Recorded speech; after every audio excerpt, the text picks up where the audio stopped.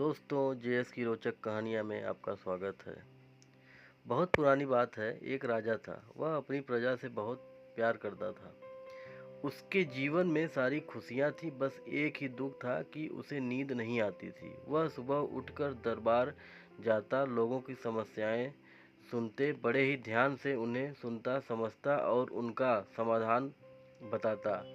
उसके दरबार के दरवाजे सबके लिए खुले थे। गरीब हो या अमीर, छोटा हो या बड़ा, हर व्यक्ति उससे समस्या का समाधान मांगने किसी भी समय आ सकता था। इसलिए राजा यह सोचता था कि वह बहुत अच्छा है। हालांकि उसे अपनी अच्छाई का कोई घमंड नहीं था, मतलब वह दूसरों के साथ बुरा बर्ताव या उन्हें नीचा दिखाने जैसा बर्ताव कभी नहीं करता था।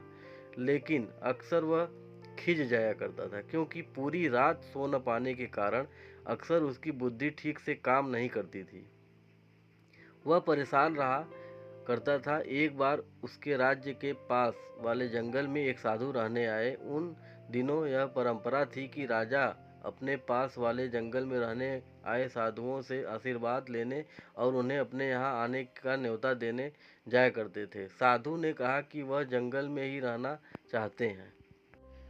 वह किसी राजा का न्योता स्वीकार नहीं करते, मगर हाँ, राजा को कुछ परेशान देखकर वे बोले, तुम अपनी समस्या मुझे बता सकते हो। राजा ने अपनी न आने की समस्या उन्हें बता दी। बस इतनी सी बात, ऐसा करो, मेरे पास तुम्हारी समस्या का समाधान है। तुम मेरी जो कुटिया है उसमें कल सुबह आना। राजा ने पूछा, कल सुबह क्यों? साधु ने कहा, मेरे पास एक ऐसी जड़ी बूटी है जिसे खाकर तुम्हारी नींद ना आने की समस्या खत्म हो सकती है।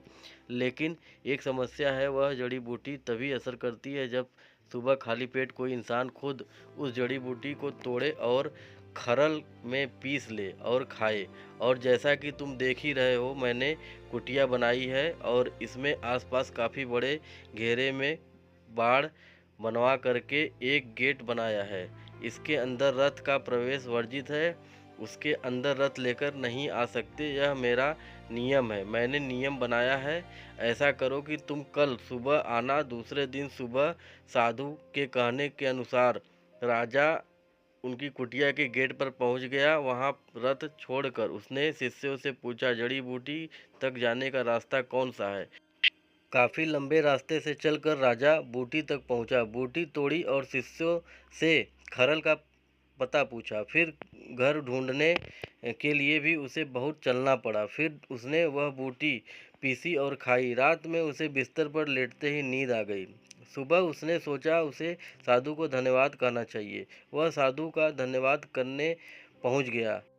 उनसे यह भी पूछा, मुझे बताइए कि यह कौन सी बूटी है, ताकि मैं अपने वैद्य को बूटी का पता बता दूं, जिससे वह ऐसा सभी रोगियों को यह जड़ी बूटी दे सके जिन्हें नींद नहीं आती है।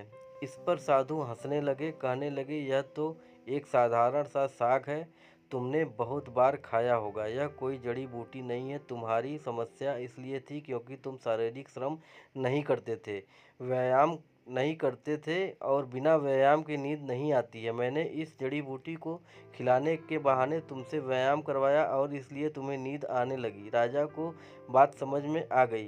साधु उसे समझाना चाहते थे कि अच्छा होना दुनिया के लिए सही हो सकता है, लेकिन अपनी सेहत का ध्यान रखने के लिए ऐसा भी करना पड़ता है, जो शायद हमें लगे कि हम सिर्फ हमारे लिए कर रहे हैं, लेकिन वह भी ज़रूरी होता है। अगर आपको मेरा वीडियो पसंद आया हो तो प्लीज़ लाइक, शेयर और सब्सक्राइब करिए।